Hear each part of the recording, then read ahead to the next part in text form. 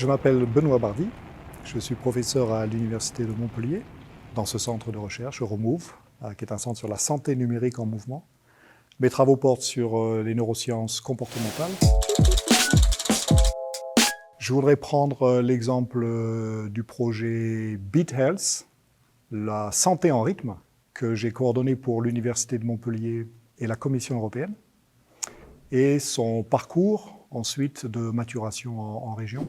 Beat Health exploite en fait cette capacité que nous avons tous à nous synchroniser avec la musique. Le mouvement se synchronise naturellement avec la musique. Au cours de ce projet, nous avons donc étudié les mécanismes ici neurophysiques de cette synchronisation, développé l'application qui synchronise en temps réel le mouvement à la musique.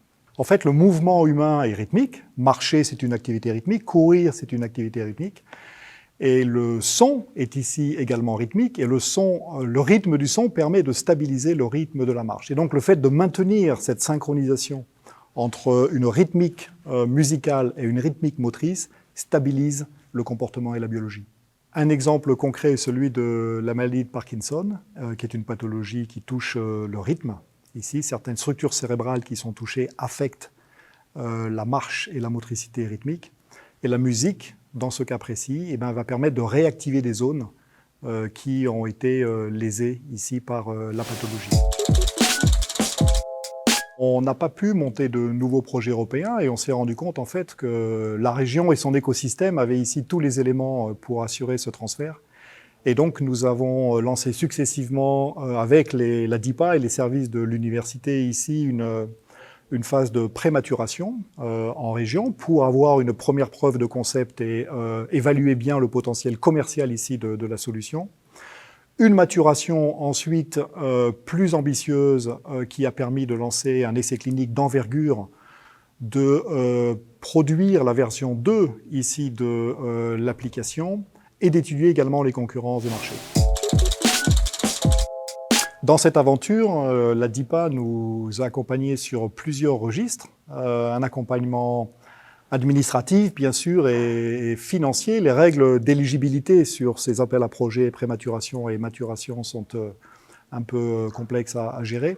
Mais surtout, je dirais juridique, parce que la propriété intellectuelle qui revient ici d'un projet international, multipartenaire, multi-pays et multi-thématique est pas facile à gérer. Un effet levier important a été la création récente de l'entreprise Beat Health, qui exploite cette technologie et qui a été possible grâce à la DIPA et à l'université, notamment me concernant en m'autorisant d'apporter mon concours scientifique à l'entreprise et en fait à participer à cette aventure entrepreneuriale. Le premier pas est le plus difficile. Et donc, mon conseil, c'est si vous croyez à votre projet, foncez. Vraiment, nos laboratoires regorgent de pépites à valoriser. Et en tant que chercheur, on est souvent un peu prudent. On a du mal à franchir le pas. Et les services de la DIPA, de l'université ici, au sein d'un système régional performant, sont là pour nous aider à franchir ce premier pas.